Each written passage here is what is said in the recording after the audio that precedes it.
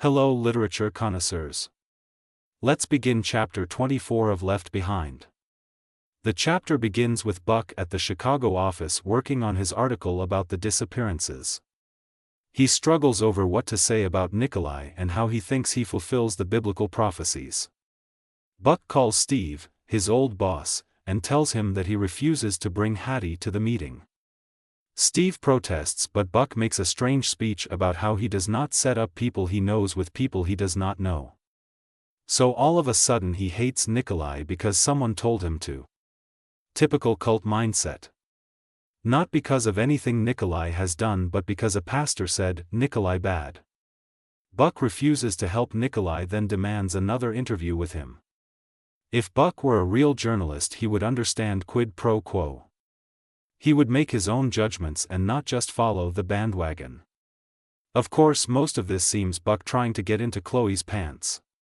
If Buck is really this naive, then he is a very sad character. Buck gets rebutted by Steve, so Buck asks how they will respond if Buck points out that Nicolae could be the Antichrist.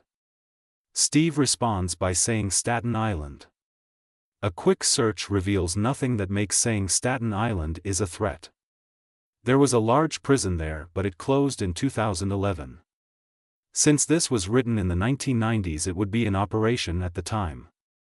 I'm guessing the prison is the threat, but it would be nice if the authors could make sense in their writing and not make references no one understands. Or have a homosexual fascination with an aged retired actor. Rather than picking a popular actor that their audience can relate to. Continuing reading, it suddenly gets revealed that the reporter that was murdered named Eric died on the Staten Island ferry. This makes the comment more relevant, but they could have been more clear from the start.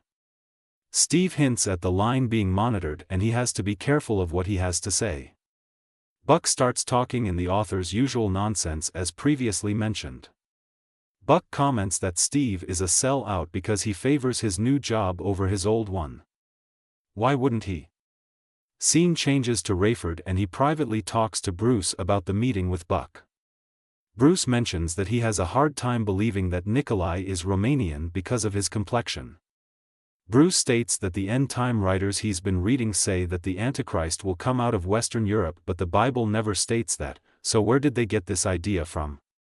They call Buck, whom they did not invite to their little meeting although they seem to need him, to ask what he knows about Nicolae.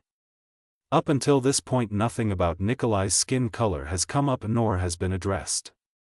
Buck gives a brief history lesson on Nicolae, although as said there is no reason why Buck would know this, but as he does he doodles on a pad. It occurred to him that Steve was trying to tell him that he works for Stengel and not Carpathia. So Buck now wonders if Stengel is the Antichrist and not Nicolae. So in order to make Nicolae Roman they made him Romanian, which loosely believes they are of Roman descent. They also state he is from the city of Cluj in order to account for his blonde hair and blue eyes. Reminding us how thirsty the authors are for Robert Redford. Buck hangs up and then calls Hattie. He explains about how Nicolae wants to see her and he proceeds to explain things even though she says that they already called her and she knows that Nicolae wants to see her. Buck tells her not to see him as if she needs to obey him for some reason and she is not adult enough to make up her own mind. Which she tells him herself. Buck tells her not to go and Hattie refuses to listen to him. After wondering what Rayford and Chloe would do, he finally realizes that the whole situation is none of his business. The next day, Sunday, Rayford and Chloe save Buck a seat at church, but they don't see Buck until after Bruce starts preaching. They find Buck hiding in a small group of people listening to a speaker outside. Bruce plays the videotape, then tells his story. Again, because that's all he has. He can't really do anything else. Prophecy gets mentioned, which is probably the same bullshit of trying to make some ambiguous passages fit their narrative. Buck leaves early but leaves a note saying he has a lot to think about. Which basically means he needs to struggle with mental gymnastics to make all this make sense when you are not gullible. Chloe goes up front to tell her story about why she gave in to her gullibility and thought she got a ridiculous sign from God. Buck flies on a plane and reads passages of the Bible that Bruce told him to read. Someone tries making conversation with him for some strange reason, but he blows them off. Buck gets to his destination but has trouble sleeping that night. He ponders that everything Bruce said was true and that there are no other explanations for why things are the way that they are. The videos I have been making in this series have refuted the claims by providing explanations for why things are supposedly the way they are. It is just cheap theatrics to think that there are no other explanations when one chooses to ignore the multitude of explanations. It shows more of the author's dishonesty. Buck enters the UN building debating if he should convert or not. Scene changes to Chloe, but in reality she should change her name to Dummy. She has lost all common sense and ends up telling her father she wants to take Hattie to lunch. Not sure why she is asking him for permission, but she is an adult acting like a 12-year-old.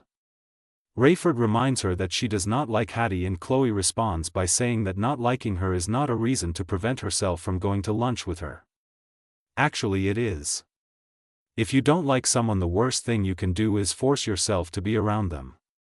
It gets revealed that Hattie is taking a 30-day leave of absence from work, and this puzzles and upsets them for some reason. Scene changes back to Buck as he picks up his press pass for the meeting.